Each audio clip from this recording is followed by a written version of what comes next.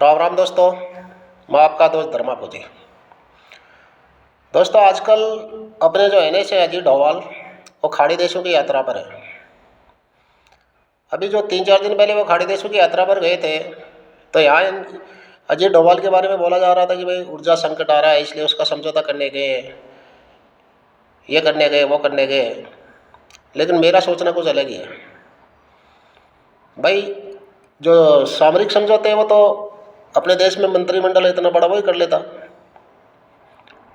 अफसरों की इतनी बड़ी फौज है, वो कर लेते। डोभाल को वहाँ क्या मतलब था? ऊर्जा संकट तो सरकार देखती है। वो NS है अपने देश के। NS तो सुरक्षा संबंधी चीज़ें देखेंगे। तो दोस्तों, वो 2 दिन पहले सऊदी अरब, सबसे पहले वो जो 3-4 खाड़ी देशों की यात्रा पर गए, सबसे पहले वो सऊदी अरब गए। सऊदी अरब में मेरे को जो सूचना मिली है मैं बताता हूँ आपको कि सऊदी अरब में वो इसलिए गए कि वहाँ पर एक हमारे देश में एक आतंकवादी था। तो वो तकरीबन 11 साल अपने देश में रहा, पाकिस्तान का था और वो अपने देश में रहा। 2023 में वो यहाँ से भाग के इंडोनेशिया चला गया और 2024 में वो इंडोनेशिया से सऊदी अरब चला गया। उस आतंकवादी को अपने जो एजेंसियाँ उन्होंने ट्रेस कर लिया कि भाई ये आतंकवादी सऊदी अरब में छुपा हुआ है। तो मेरे हिसाब से तो वो जो आतंकवादी है उसके बारे में प्रत्यार्पण के बारे में उनसे बात करने के लिए शायद सऊदी अरब गए। अभी दोस्तों, जो अपने देश में जो आतंकवादी घुसा हुआ था पाकिस्तान का, वो 2012 में आया। वो जम्मू कश्मीर के रास्ते से घुसा, पंजाब हरियाणा आता और राजस्थान में आ गया। उसका नाम था उमर हैरिस। उमर हैरिस ने यहाँ पर अपना नाम बदला और वह सज्जाद के नाम से यहाँ पर रहने लगा। राजस्थान के जयपुर में आ गया। जयपुर में उसने एक लड़की से शादी करी और 11 साल तक वो अपने देश में रहा। उमर हैरिस कोई बम या बंदूक लेके नहीं चलता था। वो अपने देश के जो सिक्योरिटी की चीज़ें हैं वो पाकिस्तान को भेजना, वहाँ से पाकिस्तान से आए हुए लोगों के उसका जो पैसे का बंदोबस्त करना, उनके खाने का बंदोबस्त करना, उनको रहने का बंदोबस्त करना, उनको वो जगह घूम घूम के देखता था। और वो यहाँ शादी कर ली, अपने देश का नागरिक बन गया। यहाँ पर उन्होंने जाली दस्तावेज बनवा लिए और उन जाली दस्तावेजों से उन्होंने भारतीय पासपोर्ट भी बनवा लिया। अभी एक चीज़ है कि वो राजस्थान में आता है, जयपुर में, और एक लड़की से शादी भी कर लेता है।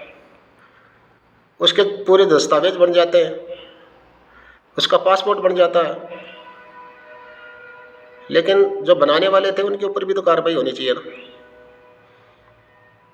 या कोई ऐसा वैसा तो था नहीं वो कि बना ऐसे ही चलो ये जो आधार कार्ड वगैरह ये तो बन जाता है, लेकिन पासपोर्ट बनने के लिए तो अपने घर में एक टीम आती है देखने के लिए कि भाई ये सही है कि नहीं है।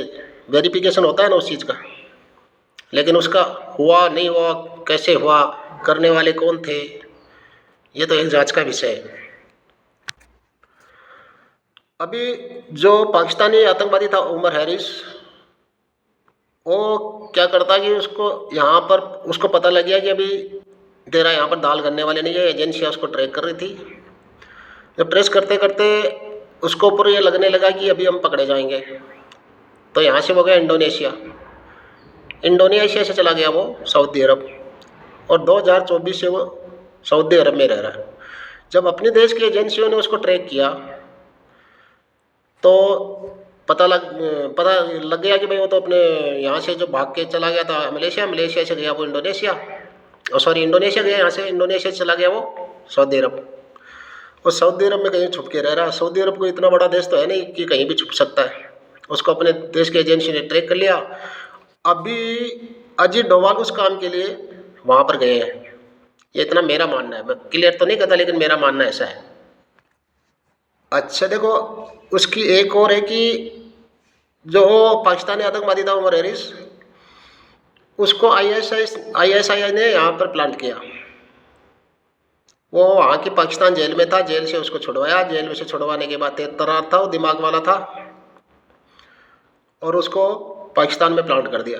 पाकिस्तान से भारत में प्लांट कर दिया उसको, और 11 साल तक वो यहाँ रहा। उसने जो काम करना था वो तो कर दिया। अभी यहाँ पर उसके पासपोर्ट बन गए, शादी हो गई उसकी, यहाँ की लड़की ने शादी भी कर ली, और कहते हैं कि जो लड़की का ससुर था वो भी कुछ, लड़की का बाप था जो लड़के का ससुर आतंकवादी का, वो भी संदिग्ध था उस हालत में, उसके ऊपर भी नज़र रखी हुई है। तो उसने पाकिस्तानी से अपनी शादी भी कर दी अपनी लड़की की, उसने भी नहीं देखा कुछ। तो एक कुछ खेल तो है इसमें। अभी दोस्तों, जिस पर अजीत डोभाल की नज़र टेढ़ी हो जाती है ना, वो उसको छोड़ते नहीं है, उसको चाहे कहाँ भी कुछ भी करना पड़े।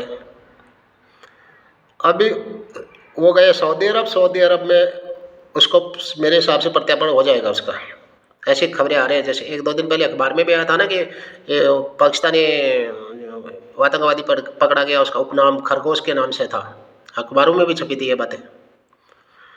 लेकिन डोभाल जब गया तो यहाँ तो अंडे उड़ाने शुरू कर दिए कि भाई वो इसलिए गया है, इसलिए गया। चलो कोई नहीं, बात जो जैसा दिमाग वैसी बातें सोचेंगे, कोई बात नहीं है। अभी मैं एक बात बताता हूँ आपको,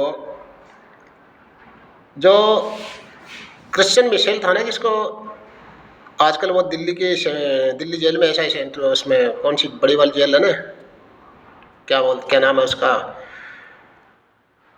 नाम भूल रहा हूँ मैं अभी, जो सबसे बड़ी जेल अपने देश की, उसमें है वो क्रिश्चियन मिशेल का एक दोस्त था, राजीव सक्सेना नाम था शायद उसका। वो अगस्ता वेस्टलैंड जो हेलीकॉप्टर में घोटाला हुआ था, उसका मतलब बिचौलिया था वो उसको क्या किया, राजीव को, वो जो राजीव सक्सेना था वो जाके यूएई में बस गया, यहाँ से भाग गया और यूएई में रहता था। अपनी देश की एजेंसी को पता लगा, और राजीव सक्सेना को शायद 30 जनवरी 1919 में रात को 12 बजे बाथरूम से पकड़ के कच्चे कच्चे में बैठा के अपनी एजेंसियाँ विमान में बैठा के लाई थी। जब यहाँ भारत में उतारने वाले थे ना उसको, तब कपड़े दे, चल कपड़े पहन ले भी। फिर उसकी पत्नी थी, उसको भी यहाँ जेल में हुआ। उसकी पत्नी का नाम था शिवानी सक्सेना। और शिवानी शायद उसकी आजकल मेरे हिसाब से जमानत हो गई।